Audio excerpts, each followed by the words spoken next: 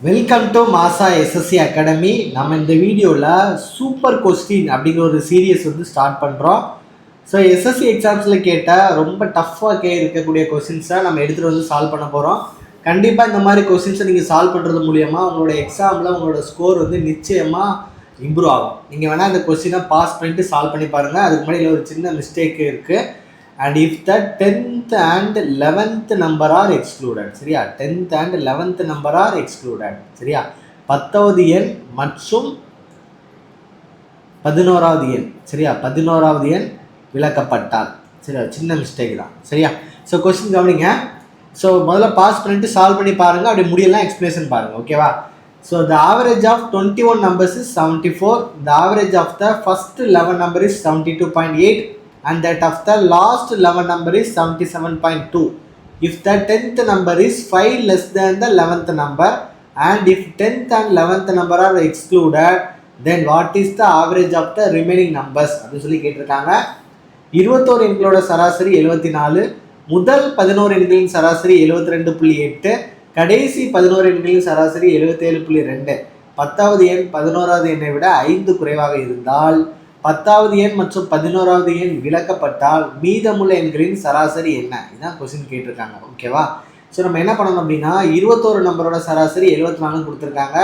So 21 number அதோட average வந்து 74 கொடுத்துருக்காங்க. ஸோ நம்பரும் ஆவரேஜும் கொடுத்தா நம்ம என்ன கண்டுபிடிப்போம்? சம் கண்டுபிடிப்போம். அப்போ நம்பரையும் ஆவரேஜையும் மல்டிப்ளை பண்ணால் நமக்கு என்ன கிடைக்கும்? சம் கிடைக்கும். ஸோ 21 × 74. ஸோ ஒரு நாள் 4, ஈரேலா 14, ஈர்நாளை 8, 7 1 7. ஸோ 4 8 7 15க்கு 5, மீதம் 1, 4 1 5 1, 1554 கிடைக்கும். 1554 அப்படின்னு நமக்கு கிடைக்கும், சரியா? So total some. இப்போ பார்த்தீங்கன்னா ஒரு 21 நம்பருக்குன்னு வச்சுக்கோங்க. 1லேருந்து ஸ்டார்ட் ஆகி அது வந்து 21 வரைக்கும் இருக்கும், கரெக்டாக?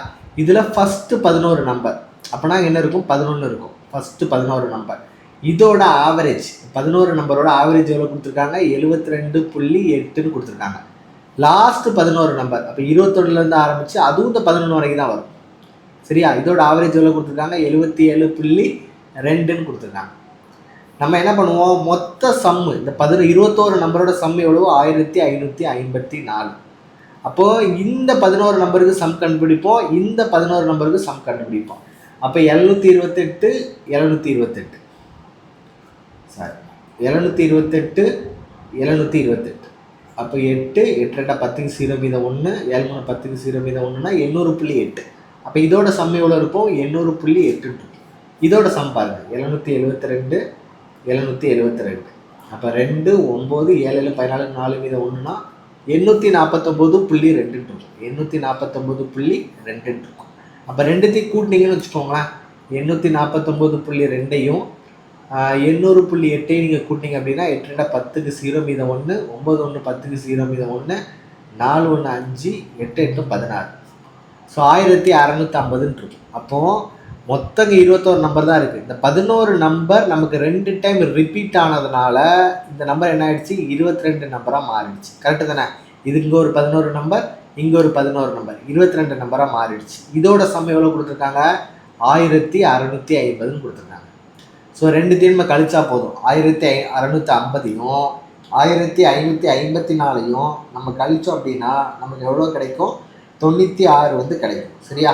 ஸோ இந்த 96 தான் இந்த 11வது நம்பர், அதாவது இந்த ரெண்டுக்கான வித்தியாசம். அப்போனா 11th நம்பர் வந்து என்னது? 96, சரியா? கொஸ்டின் கொடுத்துருக்காங்க பாருங்க. 10th number is 5 less than the 11th number. அப்போது 10th நம்பர் என்ன இருக்கும்? இதோட 5 கம்மியாக இருக்கும். அப்போ 91 இருக்கும், சரியா? அடுத்தது பாருங்கள். If 10th and 11th number are excluded, இந்த ரெண்டு நம்பரையும் நம்ம எக்ஸ்க்ளூட் பண்ணிட்டோம் அப்படின்னா what is the average of the remaining number அப்படின்னு சொல்லி கேட்காங்க. ரிமைனிங் நம்பரோட ஆவரேஜ் எவ்வளோன்னு கேட்குறாங்க. அப்போ இது ரெண்டு நம்பருக்கு கூட்டிக்கோங்க.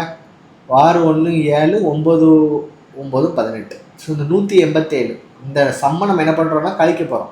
அதாவது 21 நம்பரோட சம் எவ்வளவு? 1554 இருக்குது. அதில் 2 நம்பர் நம்ம எடுத்துட்டோம் அப்படின்னா 19 நம்பர் ஆயிடும். அப்போ இதுலேருந்து கழிச்சிருங்க. இந்த 187 என்ன பண்ணுங்கள்? கழிச்சிருங்க. இப்போ 14லேருந்து 7 கழிச்சிங்கன்னா 7, 14லேருந்து நம்ம 8 கழிக்கிறோம், அப்போ 6, 4லேருந்து 1 கழிச்சிங்கன்னா 3, 1, 1367 இருக்கும். அப்போ 19 நம்பரோட சம் எவ்வளவு? 1367. கொஸ்டினை கேட்டிருக்காங்க, சராசரி கேட்டிருக்காங்க. அப்போ டிவைட் பை 19 போட்டிருங்க. அப்போ 7 19 133. மீதி எவ்வளோ இருக்கும்? 37 இருக்கும். அப்போ ஒரு 19 கிடைக்கும். அப்போ 71 பாயிண்ட் அதோட பெரிய வழி தான் இருக்குது. அப்போ 71 பாயிண்ட் அதோட பெரிய வழியில் நமக்கு என்ன இருக்கும்? 72. ஆப்ஷன் வந்து டெசிமலில் தான் வரும். அருகில் உள்ள மொழின்னு கேட்டிருக்காங்க. அப்போ ஆன்சர் வந்து என்னது? 72. சரியா? நல்லா புரிஞ்சுக்கோங்க, இந்த கொஸ்டின் வந்து டஃப் கிடையாது, கான்செப்ட் வச்சு என்ன பண்ணியிருக்காங்க, செஞ்சுருக்காங்க. ஸோ கான்செப்ட் உங்களுக்கு கிளியராக இருந்தால் நீங்கள் சால்வ் பண்ணிடலாம். இது லாஸ்ட் SSCGD 2025 கேட்ட கொஸ்டின். சரியா? ஸோ நீங்கள் எங்களோட புது பேட்சில் ஸ்டார்ட் பண்ண நினச்சிங்க அப்படின்னா October 6 நம்மளோட கிளாஸ் ஸ்டார்ட் ஆகுது. நீங்கள் எங்ககிட்ட படித்து எங்களோட SSCGD எக்ஸாம்ஸில் ஃபெயில் ஆகிட்டீங்க அப்படின்னா நீங்கள் கட்டின ஃபீஸை நாங்கள் என்ன பண்ணிடுவோம் அப்படின்னா ரீஃபண்ட் பண்ணிடுவோம். ஸோ எந்த இன்ஸ்டியூட்டும் இந்த மாதிரி சொல்லவே சொல்லாது. ஸோ இது எங்களோட ட்ரைனிங்கோட குவாலிட்டி வச்சு நாங்கள் சொல்கிறோம். நீங்கள் ஜாயின் பண்ணணும்னு நினச்சிங்க அப்படின்னா இந்த நம்பர் ஜாயின் பண்ணிக்கோங்க, 9384417810. மொத்தமே 50 சீட்டு தான் இருக்குது. சரியா? நான் திரும்பவும் சொல்கிறேன், உங்களை ஃபெயிலாக விட மாட்டோம். நீங்கள் ஃபெயில் ஆனால் ஃபீஸ் என்ன பண்ணிடுங்க, ரீஃபண்ட் பண்ணிக்கோங்க. நான் சொல்கிறது வெறும் ரிட்டன் மட்டும் கிடையாது, உங்களை வேலையில் ஏற்றி விட்ருவோம். ரிட்டன் ப்ளஸ் ஃபிசிக்கல் ரெண்டுமே நம்ம கேரண்டியாக என்ன பண்ணுவோம், கிளாஸஸ் வந்து பண்ணுவோம். ஃபீஸும் பார்த்தீங்கன்னா அஃபோர்டபுள் ஃபீஸாக இந்த பேட்சில் ஜாயின் பண்ணுறவங்களுக்கு 10,000 மட்டும்தான் ஃபீஸ். இவ்வளோ கேரண்டியாக யாராலையும் சொல்ல முடியாது. சரியா? ஒன்லி 50 சீட்ஸாக இருக்குது. ஸோ தேவைப்படுறவங்க காண்டாக்ட் பண்ணுங்கள். கிளாஸில் சந்திப்போம். தேங்க்யூ ஸோ மச் ஃபார் வாட்சிங்.